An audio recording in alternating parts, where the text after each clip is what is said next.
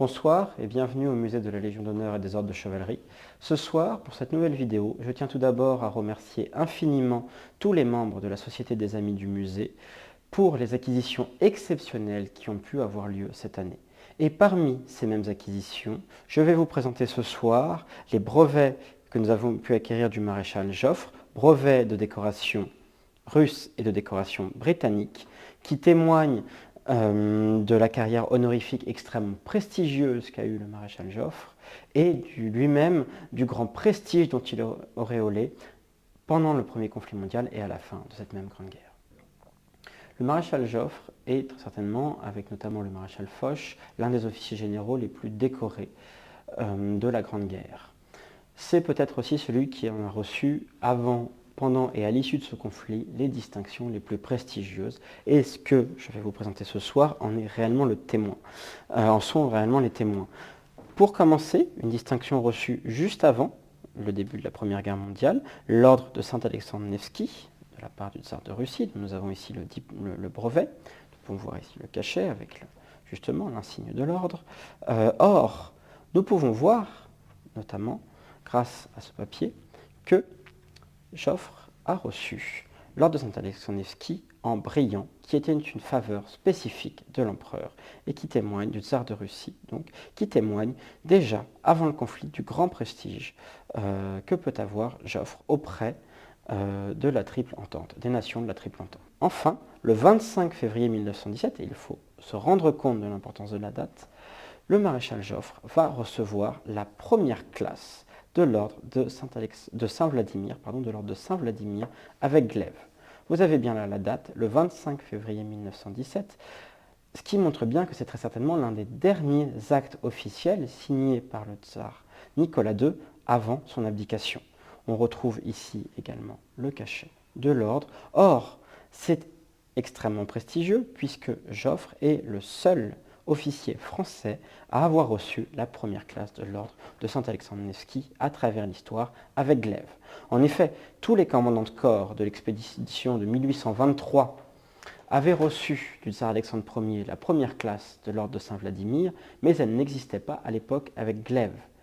L'ordre de Saint-Vladimir est doté de glaive à partir de 1855, ce qui fait de Joffre le seul récipiendaire français de cet ordre, pour la première classe. De même, je reviens à Saint-Alexandre Nevski, témoignage de ce prestige, c'est que Joffre n'est même pas dans les listes. Donc on voit que c'est vraiment un prestige tout à fait particulier pour ce maréchal.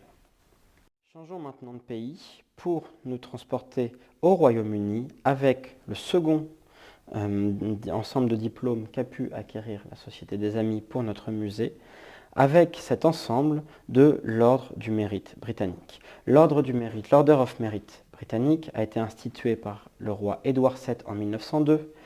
Il est décerné par le monarque sur décision du monarque, c'est donc un privilège extrêmement rare. Il est limité à seulement 24 membres britanniques et à un nombre certes illimité de membres étrangers honoraires. Cependant, l'ordre ne compte à ce jour que 11 membres depuis sa création étrangers. Parmi ceux-là, seuls 2 Français, les maréchaux Foch et Joffre.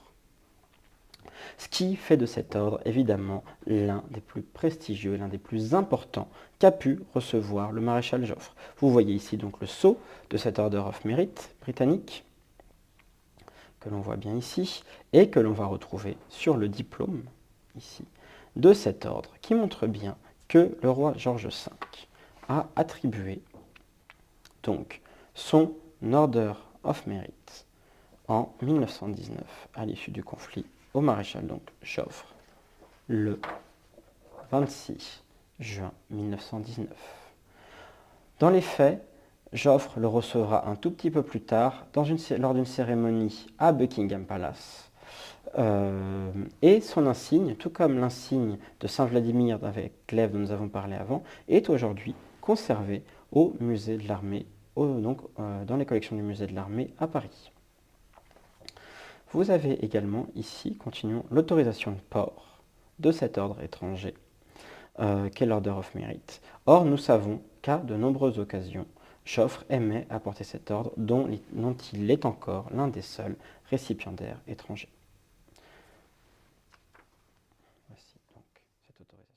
Enfin, pour terminer cette vidéo, la France n'est pas en reste puisque la Société des Amis nous a permis également d'acquérir la médaille militaire et la croix de guerre du maréchal Joffre. Joffre reçut la médaille militaire pour la victoire dans la première bataille de la Marne et c'est également à l'issue de cette même première bataille de la Marne que Joffre commença à arborer, sans même, donc comme de nombreux officiers généraux qui étaient cités, une croix de guerre avec palme. Je profite donc de cette vidéo pour adresser à nouveau tous mes remerciements à nos chers membres de la Société des Amis. Très bonne soirée.